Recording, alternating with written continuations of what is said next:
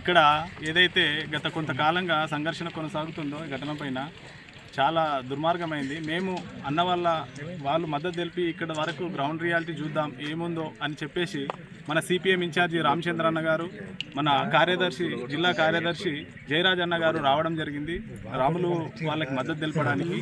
కాబట్టి ground reality ఏముందంటే ఇక్కడ లోకల్లో వీళ్ళు చెప్పే విధానం ఎట్లుందంటే నిజంగానే ఆయనకు అలొకేట్ చేయలేరు. గౌటాన్ ల్యాండ్ అనేది ఎప్పుడైతే పల్లె ప్రకృతి వనానికి వీళ్ళైతే తీసుకోవడం జరిగిందో, తీసుకున్నాక వీళ్ళు జీవనాధారం కోసమని మళ్ళీ ఎక్కడ కూడా గవర్నమెంట్ ల్యాండ్ను అలొకేట్ చేయడం అనేది జరగలేదు. కాబట్టి జరగనప్పుడు ఆయన ప్రస్తుతం ఉన్న ల్యాండ్లో ఉండాలా, ఇడిచిపెట్టి ఎక్కడైనా వెళ్ళిపోవాలా?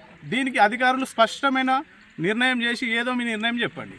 కాబట్టి మేము గ్రౌండ్ రియాలిటీకి వచ్చినాక ఇక్కడ తెలిసింది ఏంటంటే వాస్తవానికి ఆయన ఇక్కడ మేము సమాచారం సేకరించిన దాన్ని బట్టి ఆయన ఇక్కడ జీవనం సాగించింది వాస్తవమే.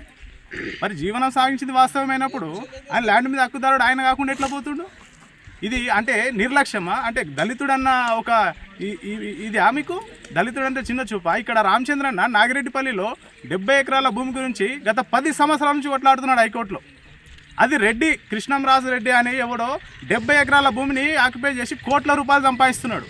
మరి దానిపై మీరు నోటీసులు ఎందుకు పంపిస్తలేరు? అంటే ఒక దళితుడని అక్కసుతోని ఏం చేయలేలే అనే ఒక మీకు ఆలోచనతోనే కదా మీరు ఈ విధంగా దళితులను ఇబ్బంది పెడుతున్నారు. రాజకీయ ఆటలాడి మా దళితుల జీవితాలు నాశనం చేస్తే మాత్రం మీ రాజకీయ పుట్టగతులు లేకుండా పోతాయి. నిర్ణయించుకోండి, చెప్తున్నాను. ఇది ఈడబుట్టిన మంట ప్రతి జిల్లాకు, ప్రతి మండలానికి, ప్రతి గ్రామానికి తాకుతుంది. గుర్తుపెట్టుకోండి.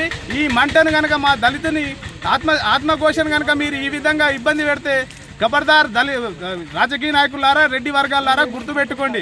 మా బేగర్ రాములు కనుక అన్యాయం జరిగితే ఖబర్దార్ ప్రతి మండలంలో ఆర్టీఐ చేస్తాం. ప్రతి మండలంలో, ప్రతి గ్రామంలో కబ్జాకు గురైన భూమిని బయటకు తీస్తాం.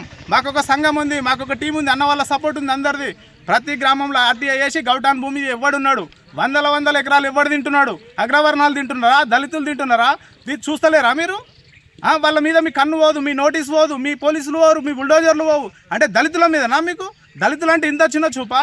దళితులు ఎప్పుడు ఏకం కాలేరు. వాళ్ళ ఆర్థిక పరిస్థితులు ఇబ్బంది ఉంటాయి కాబట్టి వాళ్ళు అక్కడోరు చీలికపోయి ఎవడు అవసరానికి కొద్ది వాడు వాడుకుంటాడు.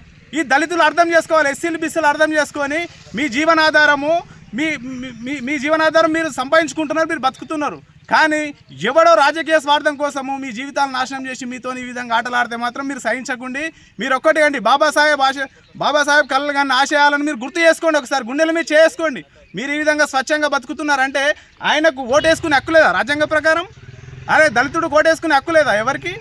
కాబట్టి ఖబర్దార్ రెడ్డి అహంకారంతోనే ఈ విధంగా మీరు ఈ విధంగా ఈయనను ఇబ్బందులకు గురి చేయడం అనేది చాలా బాధాకరమైన విషయం. గుర్తుపెట్టుకోండి.